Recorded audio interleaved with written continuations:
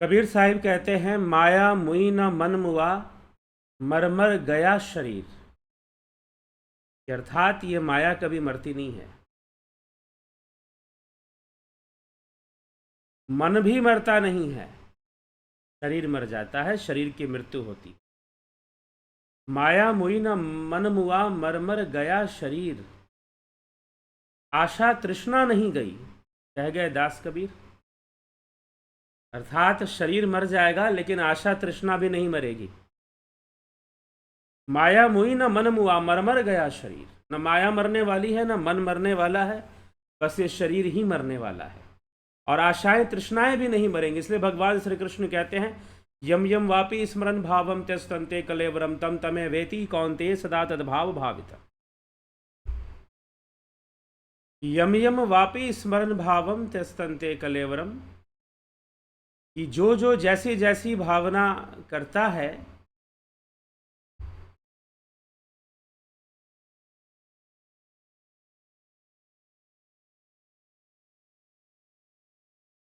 जैसी भावना करता है वैसी उसकी गति होती है।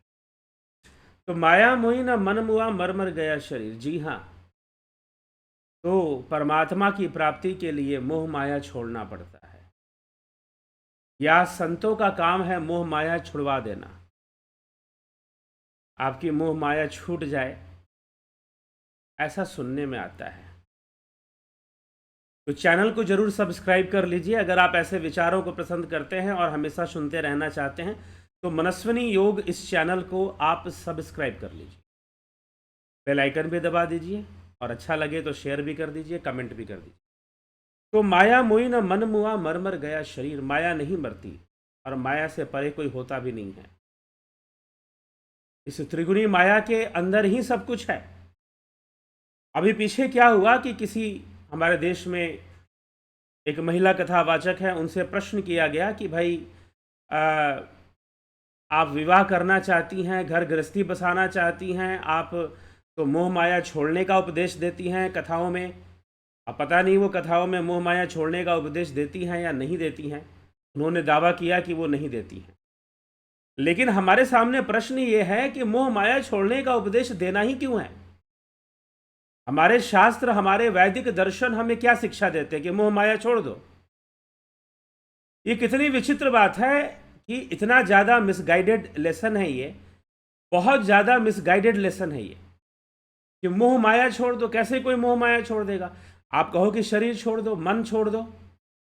अगर शरीर नहीं छोड़ सकते, मन नहीं छोड़ सकते, तो मोह माया भी नहीं छोड़ सकते। हाँ, मोह माया बंधन जरूर है, बंधन से मुक्ति हमें चाहिए, लेकिन छोड़ने का अर्थ क्या है?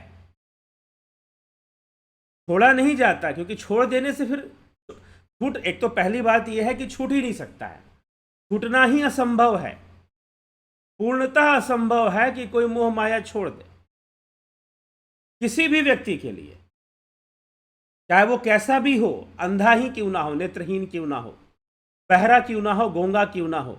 मान लो कि एक बार के लिए कोई ऐसा जीव है, कोई ऐसा मनुष्य है, व्यक्ति है, भले ही ऐसा कोई मनुष्य ना हो तो बेहतर है। एक बार के लिए मान लो कि उसकी आंखें भी काम नहीं करती हैं, कान भी नहीं सुनता है, जिह्वा से भी स्वाद नहीं, उसकी पांचों ज्ञान इंद्रियां काम नहीं करती, तो क्या उसकी मोह माया छूट जाएगी? नहीं, मोह माया नहीं छूटेगी, क्योंकि माया का वास कहां पर है? माया मन में वास करती है। माया मन में वास करती है भाई, और इंद्रियों से माया ग्रहण होती है। और इंद्रियां तो हैं, आप खा रहे हो, पी रहे हो, देख रहे हो, सुन रहे हो, बोल रहे हो, बातचीत कर रहे हो, सब कुछ माया है, सब कुछ माया है। एक बार एक व्यक्ति बोलने लगा कि मैं घर छोड़ के जा रहा हूं, संसार छोड़ के जा रहा हूं, घर जंगल में जा रहा हूं। उसे मैंने कहा कि भाई जंगल में चले जाओगे? जंगल भी तो संसार में ही है, क्या जंगल में वहां कोई मोह माया काम नहीं करेगी? अभी एक महानुभाव के बारे में पता चला कि उनकी शादी हुई, उनको उनकी पत्नी पसंद नहीं आई, पत्नी बहुत कुरूप निकल गई, या जैसे भी निकल गई, उनको पसंद नहीं आई, तो उन्होंने छोड़कर सन्यास ले लिया कि अब मैं जाता हूं, सन्यास ले लेता हूं, आश्रम में जाकर रहने लगे।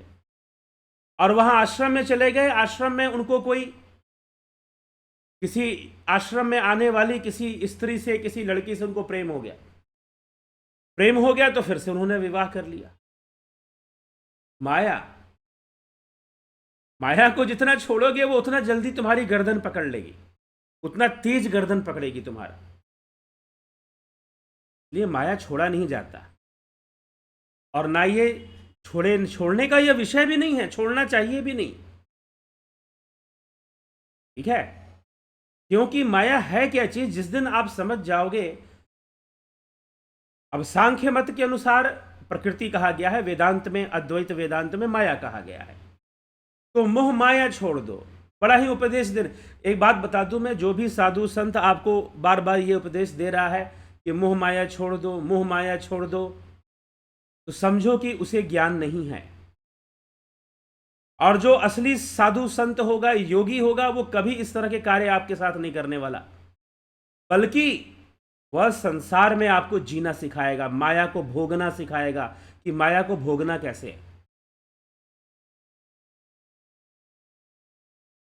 क्या खाना खाना कभी छोड़ सकते हो? माया तो वो भी है, लेकिन खाना खाना सीख सकते हो। खाना खाना छोड़ा नहीं जाता। अगर तुम लालची बनकर भोजन करोगे, लोभी बनकर खाना खाओगे, कुछ भी खाओगे, anything, if you will take anything, कुछ भी खाओगे, तो वो तुम्हारा हाजमा खराब कर देगा, पेट खराब कर देगा, स्वास्थ्य खराब कर देगा, और तुम रोगी हो जाओगे। तो विवेकी योगी कौन है? जो खाना खाना छोड़ देता है वो जी नहीं, जो खाना खाना छोड़ता है वो योगी नहीं है। व्यर्थ की बातें हैं। क्या भगवान कृष्ण खाना नहीं खाते थे? क्या राम जी खाना नहीं खाते थे? भोजन नहीं करते थे वो लोग? या जितने ऋषि मुनि हुए को भोजन नहीं करते थे? और तुम्हारे सामने कोई फलाहारी बाबा आ जाए तो तुम मोहित हो जाओगे। ज्ञान ध्यान का कुछ लेना देना है नहीं, और तुम बाहरी आवरण से ही मोहित हो जाओगे। जीवन जीने की शिक्षा मिले कि नहीं मिली? खाना कैसे खाना है, योग विद्या क्या सिखाती है? अगर आप हठ योग शास्त्रों का अध्ययन करेंगे, हठ प्रदीपिका, घेरंड संहिता, हठ रत्नावली, ऐसे शास्त्रों का अध्ययन करेंगे, तो उसमें यह नहीं कहा गया कि भोजन छोड़ दो, बल्कि उसमें सिखाया गया कि भोजन करना कैसे चाहिए। पौष्टिक आहार लेना चाहिए, भोजन लेना ही चाहिए, लेकिन कैसे लेना चाहिए, किस समय से लेना चाहिए, कितनी मात्रा में लेना चाहिए, और स्वादिष्ट और मधुर, सुमधुर भोजन, सुस्निग्ध भोजन। हठ योग शास्त्र में सुस्निग्ध भोजन, मिताहार के बारे में बताया गया है। स्वादिष्ट भोजन करना चाहिए, सुस्निग्ध भोजन, जो कि मन और तन दोनों को स्वस्थ रखे। फिर आप कहते हो कि मोह माया छोड़ दो। इसी प्रकार से हठ योग शास्त्रों में स्त्री पुरुष संबंधों के विषय में भी फिर मार्गदर्शन दिया हुआ है कि उसको कैसे किस तरह से जाना चाहिए, इन संबंधों की स्थापना कैसे करनी चाहिए, वो भी सिखाया गया है। तो अब ये सब क्या माया छोड़ने के लिए कहा जा रहा है? नहीं, बल्कि हाँ, यह जरूर है कि आपका लक्ष्य इस प्रकृति के चक्र से बाहर निकलना है, तभी मोक्ष संभव है। लेकिन छोड़ दोगे माया छोड़ दो, अरे छूट ही नहीं सकता, कैसे छोड़ दोगे भाई? ठीक है, जो चीज नहीं छूट सकती है उसे कैसे छोड़ दोगे? ये बिल्कुल अनर्गल बकवास वाली बातें हैं कि मोह माया छोड़ दो। मोह माया नहीं छोड़ा जा सकता। कुछ लोग कहते हैं लोभ मोह काम क्रोध अहंकार छोड़ दो, इनका त्याग कर दो। कोई लोभ मोह काम क्रोध, इनका नियंत्रण होता है, नियमन होता है। किसी में लोभ ज्यादा है, किसी में मोह ज्यादा है, किसी में काम वासना ज्यादा हो जाती है, किसी में क्रोध ज्यादा हो जाता है। अलग अलग टाइप के लोग हैं, लेकिन कम ज्यादा सबके भीतर है। कम ज्यादा सबके भीतर है। कोई किसी के अंदर क्रोध कम ज्यादा है तो किसी के अंदर क्रोध कम है। कुछ लोगों के अंदर कामुकता बहुत ज्यादा होती है, कुछ लोगों के अंदर कामुकता बहुत ही कम मात्रा में पाई जाती है, या वो अपनी साधना से भी कम कर लेते हैं। कुछ लोगों में लोभ ज़्यादा पाया जाएगा, कुछ लोग बहुत कम लोभी होते हैं, बहुत दानी प्रवृत्ति के होते हैं, लालची कम होते हैं। कुछ लोगों में मोह ज़्यादा पाया जाता है, तो मोह किसी में ज़्यादा किसी में कम होता है। और जो योगी हैं वो सबके प्रति साक्षी भाव रखते हैं, लेकिन होता तो सब में है, बस वो सबको अपने नियंत्रण में रखते हैं कि कितना मोह होना चाहिए, कितना नहीं होना चाहिए, कितना क्रोध होना चाहिए, कितना नहीं होना चाहिए। योगी हर वस्तु को संतुलन में लेकर रखता है। इसलिए भगवान कृष्ण ने कहा कि ऋषियों से, तपस्वियों से भी बड़ा, ज्ञानियों से भी बड़ा, कर्मियों से भी बड़ा योगी होता है। इसलिए हे अर्जुन, तो योगी बन जा, तस्माद योगी भव अर्जुन। और योगी बनकर तू घर बार छोड़ के जंगल में मत चला जा, तो युद्ध कर। तो योगी बनकर युद्ध कर, तुझे युद्ध करना है योगी बनकर, ना कि जंगल में घूमना है। तो इसीलिए ये जो बात कही जाती है, अगर कोई साधु संत आपको बार बार बोल रहे हैं कि मोह माया छोड़ो, मोह माया छोड़ो, मोह माया छोड़ो, तो समझो कि उन्हें कुछ पता होता नहीं है, उन्हें कुछ आता जाता नहीं है, बस ऐसे ही साधु बनने निकल गया है। दूसरों को पर उपदेश कुशल बहुतेरे, दूसरों को उपदेश देना बड़ा आसान होता है, ठीक है, पर उपदेश कुशल बहुतेरे, ठीक। तो इसीलिए दूसरों को हम उपदेश देते हैं और समझते हैं कि बड़ा महान, नहीं, जो वास्तव में जो समाज का कल्याण करना चाहते हैं, लोगों को सही दिशा देना चाहते हैं, वो कभी ऐसी अनर्गल बातें नहीं करेंगे कि ये छोड़ दो वो छोड़ दो, जबरदस्ती की। इसलिए मैंने कहा कि इसलिए लोग क्या हो जाते हैं कि अनावश्यक रूप से आदर्शवादी हो जाते हैं, आइडियोलॉजिकल हो जाते हैं, अनावश्यक, अननेसेसरी, और फिर अपने आप को श्रेष्ठ भक्त, श्रेष्ठ, अपने आप को बहुत श्रेष्ठ समझने की कोशिश करना शुरू कर देते हैं। तो इसीलिए मोह माया छोड़ दो। मोह माया यह छूटती ही नहीं है, बस उसी की छूटती है जो समाधि में जाके बैठा हुआ है। लेकिन जो इस संसार में है वह मोह माया का सहारा लेकर ही चल रहा है, चाहे वो कोई भी हो, वो कोई भी हो, मोह माया का सहारा लेकर ही चल रहा है। अगर साधु है, कोई संत है, वो अपने ज्ञान का प्रचार कर रहा है, तो बिना माया के सहारे नहीं कर सकता, बिना माया के सहारे नहीं कर सकता। सत्य पूछिए तो ये माया ही, अरे भाई यह माया मोक्ष का साधन है, माया के बिना मोक्ष भी नहीं मिलने वाला आपको। यह माया ही मोक्ष दिलाएगी, यह माया ही मुक्ति दिलाएगी, खुद से मुक्ति दिलाएगी, ठीक है। तो बिना माया के मोक्ष भी आपको नहीं मिलने वाला। तो महर्षि पतंजलि कहते हैं प्रकृति, यह जो माया है प्रकृति, यह क्या है? भोग्यम अपौर्ग्यम दृश्यम, यह जो प्रकृति है यह पुरुष के लिए क्या प्रयोजन करती है? भोग और अपवर्ग का प्रयोजन करती है। भोग और अपवर्ग अर्थात जीव के लिए भोग और अपवर्ग, भोग की व्यवस्था करती है और मोक्ष की व्यवस्था करती है। अर्थात प्रकृति ही भोग का कारण है। कारण कहने का मतलब कि भोग में सहायता करती है, और प्रकृति ही मोक्ष में सहायता करती है। जैसे कि एक सीढ़ी है, आप उसी सीढ़ी से उतरते हैं और आप उसी सीढ़ी से चढ़ते हैं। अब चढ़ना उतरना, अगर चढ़ते हैं तो मोक्ष की ओर जा रहे हैं, और अगर उतरते हैं तो भोग की ओर जा रहे हैं। लेकिन सीढ़ी दोनों ही परिस्थितियों में सीढ़ी सहायक है, वैसे ही माया सहयोगी है मोक्ष प्राप्ति में। इसलिए माया खत्म नहीं होती। शरीर आदमी मर जाएगा, माया नहीं मरेगी, मन नहीं मरेगा, तृष्णा नहीं मरेगी, रहेगी। इसलिए तो भगवान कृष्ण भी कहते हैं कि जो जैसी जैसी भावना रखेगा मृत्यु के उपरांत अपने भावना के अनुकूल गति करेगा। तो माया मोही न मन मुआ, मर मर गया शरीर। तो माया है, बस ये है कि हमने माया के स्वरूप को जाना है कि नहीं, हमने प्रकृति के स्वरूप को समझा है कि नहीं। प्रकृति का स्वरूप कैसा है? अनित्य है, ये संसार अनित्य है, यहाँ सब कुछ परिवर्तनशील है, यहाँ कुछ भी स्थिर नहीं है, यहाँ कुछ भी हमेशा एक जैसा नहीं है, परिवर्तनशील है। इसीलिए अगर आप ये कहते हो कि माया छोड़ दो, तो माया का छोड़ना तभी संभव है जब माया का सही ज्ञान होगा। जिस वस्तु का ज्ञान आपको हो जाता है, उस वस्तु के बारे में आपको सब पता चल जाता है, तो उसके प्रति जो भी मोह होता है वो अपने आप खत्म हो जाता है। तो देवता भी माया से परे नहीं है। 18वें अध्याय में भगवान श्री कृष्ण कहते हैं कि देवता भी 3 गुणों से परे नहीं है, वह भी त्रिगुणी माया के अधीन है। देवता भी त्रिगुणी माया के अधीन है, ये भगवान कृष्ण 18वें अध्याय श्रीमद् भगवद गीता में कहते हैं। तो माया से परे कुछ नहीं है, और माया ही साधन है। कोई कथावाचक अगर कथा वाच रहा है तो माया का सहारा लेके ही बाच रहा है। अगर कोई सुनने गया है तो माया का सहारा लेकर ही सुनने गया है। तो ये जो बार बार ये जो लगा दिया जाता है, क्योंकि ढोंगी संतों ने, राजनीति करने वाले संतों ने जनता को मूर्ख बनाने के लिए, आइडियोलॉजिकल ट्रैपिंग देने के लिए, अगर आप किसी को मूर्ख बनाना चाहते हो तो उसे आदर्श दे दो। तुम उसे बोलो कि तुम तो राम जैसे हो। मुझे एक भाई साहब ऐसे मिल गए, उनको लगा कि भाई इनसे कुछ अपनी बात मनवाई जाए, इनसे कुछ अपना काम निकलवाया जाए। सच्ची बात बता रहा हूं। उन्होंने मुझसे आकर कहा कि आप तो साक्षात राम जैसे हैं, आप तो एकदम राम जैसे मर्यादा पुरुषोत्तम हैं आप, अरे आप तो शांति प्रिय, आप एकदम ऐसे।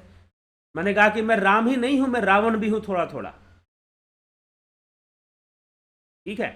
ये जो इसलिए लोग क्या करते हैं, आपको आदर्श देकर आपको फंसाने की कोशिश करते हैं, क्योंकि भाई मोह माया छोड़ने की बात कही जाती है कथाओं में।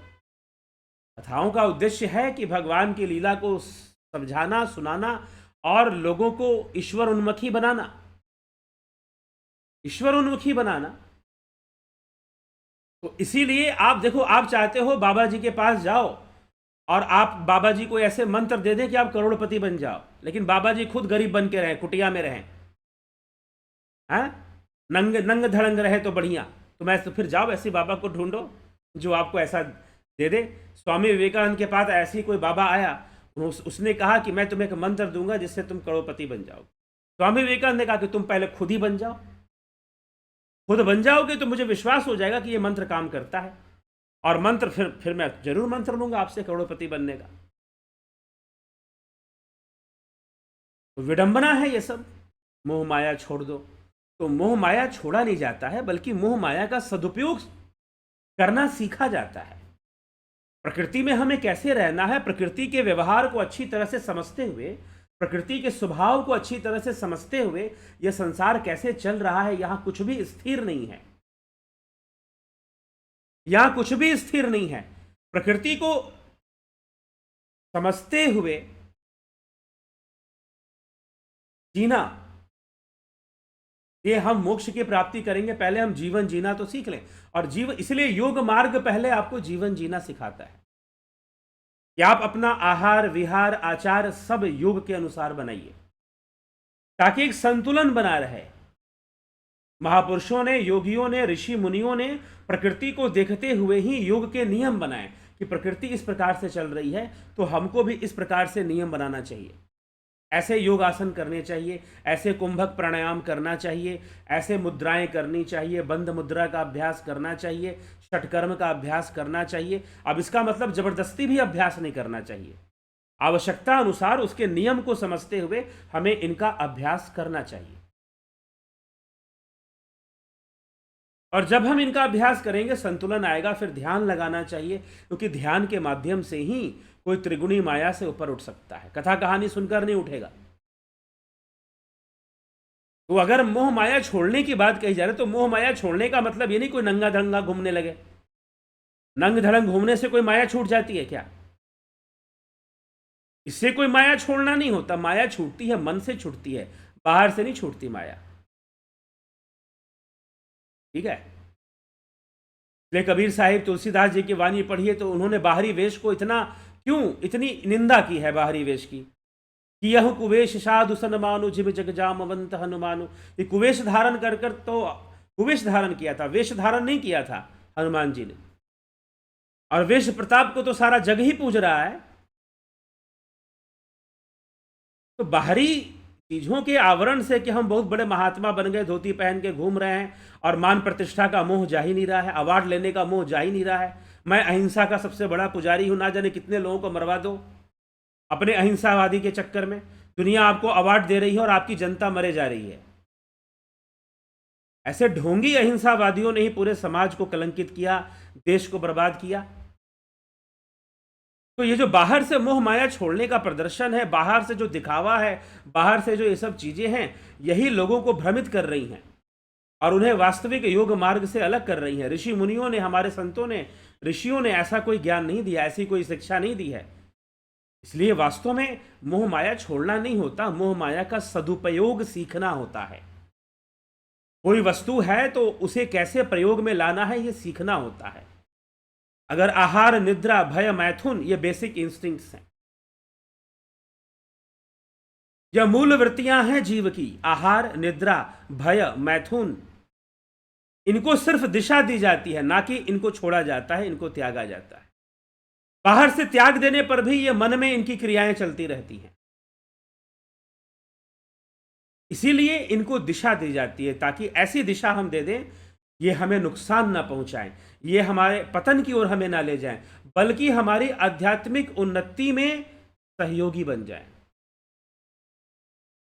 भोजन भी आध्यात्मिक उन्नति में सहयोगी बन जाए, वैवाहिक संबंध भी आध्यात्मिक उन्नति में सहयोगी बन जाए, निद्रा भी आध्यात्मिक उन्नति में सहयोगी बन जाए। क्वालिटी ऑफ स्लीप को डेवलप कीजिए, क्वालिटी ऑफ स्लीप को डेवलप कीजिए।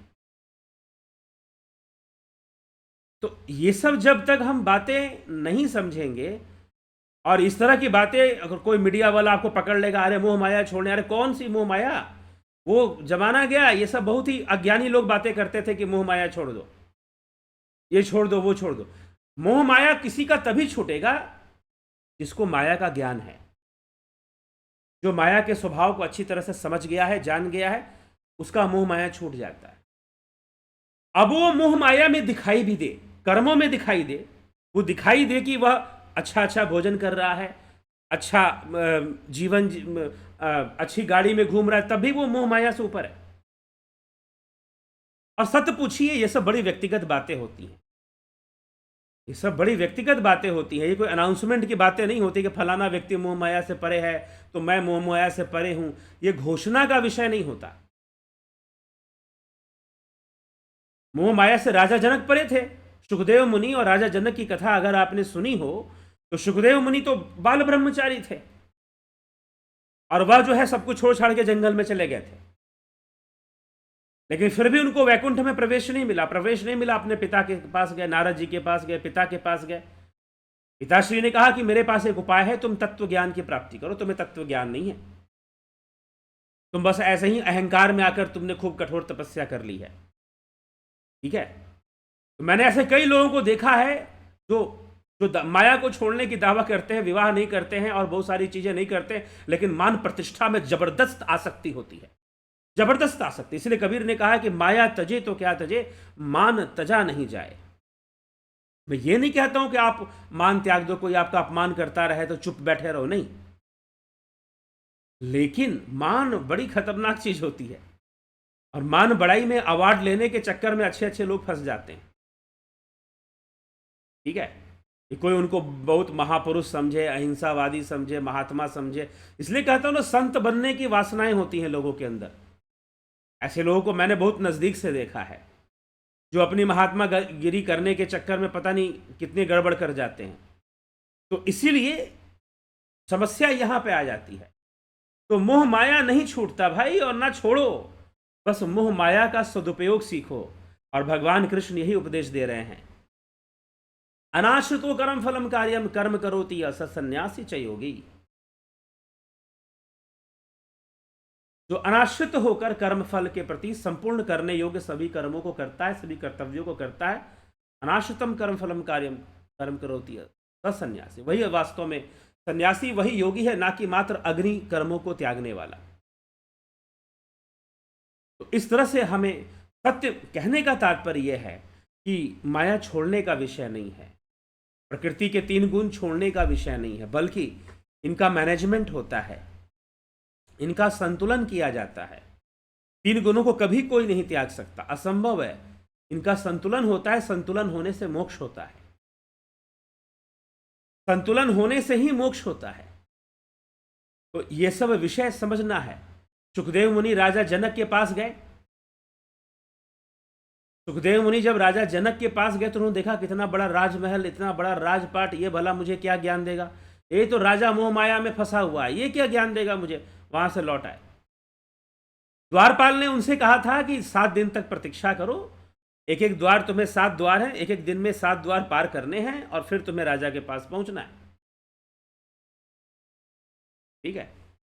तो आप कुछ लोग इसको कहते हैं ये तो कुंडलिनी जागरण की बात की जा रही है, जनक का वास यहां पर है। जनक मतलब गुरु, मिथिला नरेश जनक। लेकिन ये 7 द्वारों की बात सुखदेव मुनि की कथा में आती है, तो सुखदेव मुनि कहा जाता है 7 द्वार पार करने के बाद पहुंचोगे राजा जनक के पास। कहा कि 7 दिन लगा देगा ये आदमी मुझसे मिलने में, लौट कर चले गए अपने पिता के पास। पिता के पास चले गए तो पिता के पास गए तो पिताजी ने पूछा, वेदव्यास जी ने पूछा कि गए, ज्ञान व्यान मिला कुछ। तो सुखदेव मुनि ने कहा कि अरे मैं गया था, उनके द्वारपाल ने कहा कि 7 दिन बाद मिलेंगे।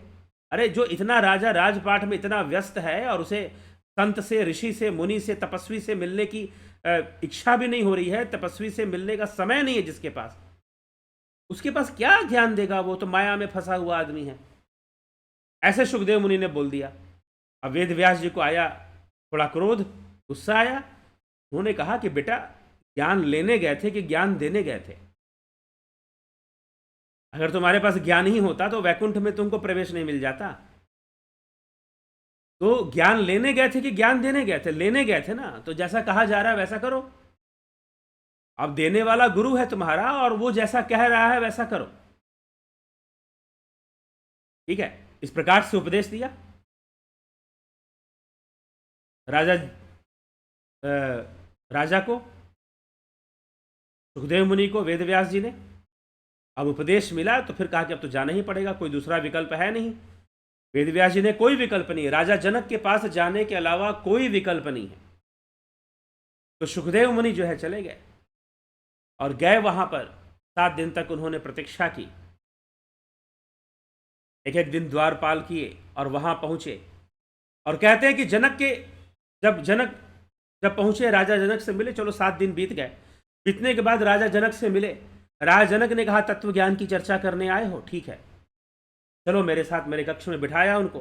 तत्व ज्ञान की चर्चा शुरू हो गई और राजा जनक ने कहा कि देखो, जब तक मैं व्यासपुत्र सुखदेव से वार्तालाप कर रहा हूं, चर्चा कर रहा हूं तत्व ज्ञान की, तब तक मुझे कोई डिस्टर्ब ना करे, तब तक मुझे कोई व्यवधान उत्पन्न ना करे। इसलिए सभी दास दासियों को मना कर दिया, कोई कक्ष के अंदर प्रवेश नहीं कर सकता है, नहीं आ सकता। जैसी ये बात हुई कि नहीं प्रवेश कर सकता है, तब ठीक है, सब अपनी अपनी जगह चले गए। लेकिन कुछ समय बाद, 2 दिन बीत गए। 2 दिन बाद एक दूत जो है घुस गया कक्ष के अंदर जबरदस्ती। बोला कि महाराज, महल में आग लग गई है और आपका पहले द्वार जल चुका है, क्या करें महाराज, आज्ञा दीजिए। आग बढ़ते जा रही है, भयावह आग है। तब जाकर राजा जनक ने कहा कि देखो, अभी मैं तत्व चर्चा कर रहा हूं, तत्व ज्ञान पर हमारी चर्चा हो रही है, इसीलिए तुम जाओ, अभी मेरे पास समय नहीं है इन सब चीजों के लिए। फिर क्या हुआ?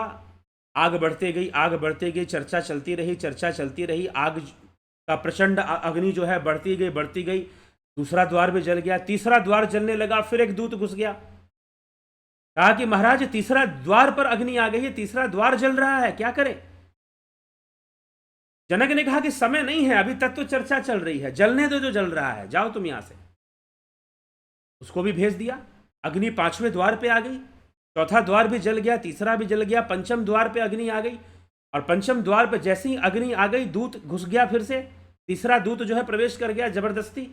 कहा कि महाराज, पंचम द्वार पे 5वें द्वार भी जलकर राख हो रहा है, अग्नि जल रही है, पूरा महल जल रहा है। जैसे ही 5वें द्वार का नाम सुना, सुखदेव मुनि वहां से उठकर भागे। राजा जनक ने कहा कि तुम कहां जा रहे हो अब? उन्होंने कहा कि महाराज, वो 5वें द्वार पर मैंने अपना दंड कमंडल रखा हुआ है, वहीं पर छोड़ दिया था मैंने दंड कमंडल 5वें द्वार पर, वो जल जाएगा। जनक ने कहा कि मेरा पूरा महल जल रहा है और तुमको अपने दंड कमंडल की पड़ी हुई है। आसक्ति कितनी व्यापक होती है। फिर सुखदेव मुनि सोचने लगे कि बात तो सही है। उन्होंने कहा कि इतने सालों से दंड कमंडल से मैंने तपस्या की है, सिद्धियों की प्राप्ति की है, और वो जल जाएगा। मोह, दिशा देने की आवश्यकता। तो जनक एक महान योगी हुए। इसलिए जब भगवान कृष्ण योगियों का उदाहरण लेते हैं तो राजा जनक का नाम लेते हैं श्रीमद् भगवद गीता में।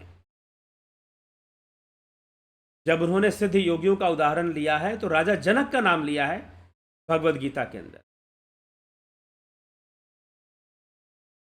हमें यह समझना चाहिए, मोह माया नहीं छोड़ा जाता और ना छूटता है। जब जब हम इंद्रियों का सहारा लेके कर्म कर रहे हैं, इंद्रिय विषयों को ग्रहण कर रहे हैं, तो वो सब कुछ मोह माया के भीतर है। बस हमें सीखना है, बस हमें जानना है इस मोह माया से कैसे how to deal with maya, how to cope with maya के साथ कैसे डील करना है, ये हमें सीखना, और यही योग विद्या में सिखाया जाता है। तो ये सब हम अगर नहीं समझेंगे, नहीं जानेंगे, तो हम कभी भी योग मार्ग पर आगे नहीं बढ़ पाएंगे, भ्रमित रहेंगे। बस मोह माया छोड़ दो, ये छोड़ दो, वो छोड़ दो, छूटा ही हुआ है सब, वास्तव में कुछ है नहीं। ये माया किसी की नहीं है। जिस दिन ये ज्ञान हो गया कि ये माया किसी की नहीं होती और ना ही ये स्थिर होती है, ये अनित्य है, क्षणभंगुर है सब कुछ। माया के अंतर्गत जितनी भी वस्तुएं हैं सब क्षणभंगुर है, सब परिवर्तनशील है, अनित्य हैं। जिस दिन हमको प्रकृति का सही से ज्ञान हो गया, जिस दिन हमको माया का सही से ही ज्ञान हो गया, तो समझिए वो अपने आप ही छूट जाएगी। वो अपने आप ही छूट जाएगी। फिर जबरदस्ती छोड़ने का कोई काम नहीं होता है। जबरदस्ती छोड़ने वाले लोग व्यर्थ प्रदर्शन करते हैं, ढोंग करते हैं, और कई बार साधारण जनमानस को भी भ्रमित कर देते हैं। ठीक है। और कई बार तो मुझे लगता है ऐसी बातें बस राजनीति की हिस्सा होती हैं, आदर्शवादी बातें। आदर्श को अपनाना चाहिए, लेकिन जब हम आदर्श को अनावश्यक रूप से अपनाते हैं तो वो अंधविश्वास में कन्वर्ट हो जाता है, वो अंधविश्वास बन जाता है फिर। और जहां पर जो जरूरी कर्म होना चाहिए वैसा व्यक्ति नहीं कर पाता। वो व्यर्थ का अपने आप को आदर्शवादी दिखाने के चक्कर में पड़ा रहेगा। मैं बड़ा अहिंसावादी हूं, मैं बड़ा भक्त हूं, मैं बड़ा सेवक हूं। जो जरूरी निर्णय है वो ले ही नहीं पाएगा फिर। तो कई बार ऐसी स्थिति पैदा हो जाती है। तो इसीलिए, लेकिन क्या किया जाए कि वेश के प्रताप को लोग पूछते हैं और भ्रमित होते हैं। तो भ्रमित होते रहिए, मोह माया छोड़ने के नाम पर माया का सदुपयोग करना सीखिए, माया को नियंत्रण में लाना सीखिए। छोड़ नहीं सकते आप, नियंत्रण में ला सकते हैं, ताकि हम माया में जितनी भी संसार है इसका सही उपभोग कर सकें, हम सही उपभोग कर सकें। इसलिए वास्तव में योगी ही भोगी होते हैं, वही सही में संसार को भोगना जानते हैं। कितना भोगना है वही जानते हैं, कैसे भोगना है